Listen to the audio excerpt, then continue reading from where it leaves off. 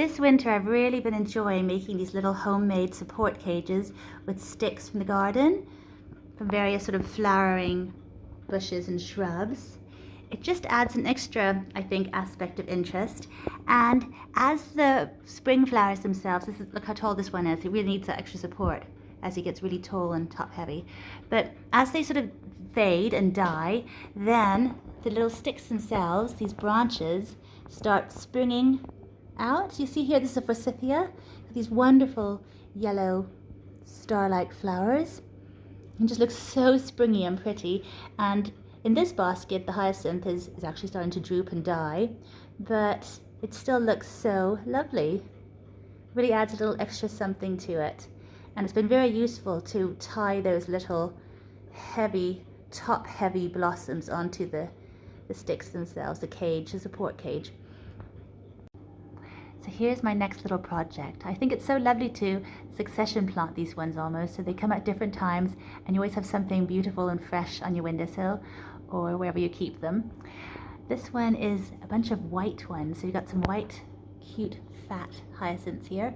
We have some paper whites in the middle, and got some beautiful white crocuses out in the front. So I'm just going to collect loads of little sticks from the garden and make a little support cage for it too. So here we've got a really useful one. This is a beautiful ornamental currant. It has these really bright pink flowers, and they come out really early, so they're great for early pollinators. So I'll pick some of these. I'll get some that are really bendy. If we look here, they bend really easily, so really, really perfect. Get some of those sticks. This one, of course, is my favorite, the forsythia.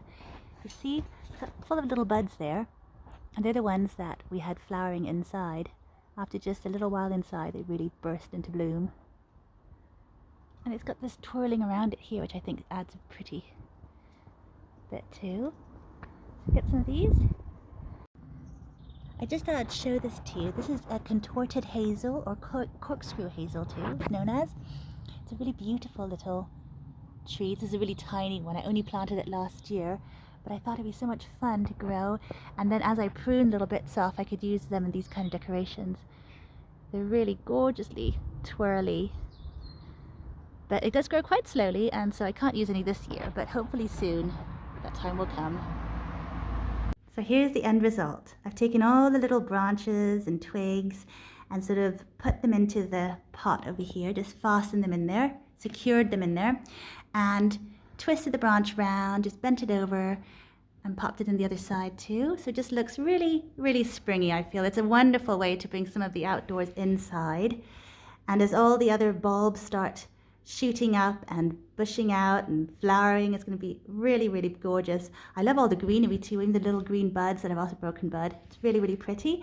I also added a few Easter eggs, those little glass things there. I bought them in a supermarket a few years ago, and it just adds a little extra. It does look a bit Eastery for this time of year. We're not quite there yet, but still a fun little touch, I think. I might take them down and then put them back up once we get closer to Easter, because we've only just had Christmas. But yeah, this is a lovely little thing to do, really simple if you wanted to give it a try, if you have some beautiful flowering branches outside. So I'll see you next time. Until then, happy gardening!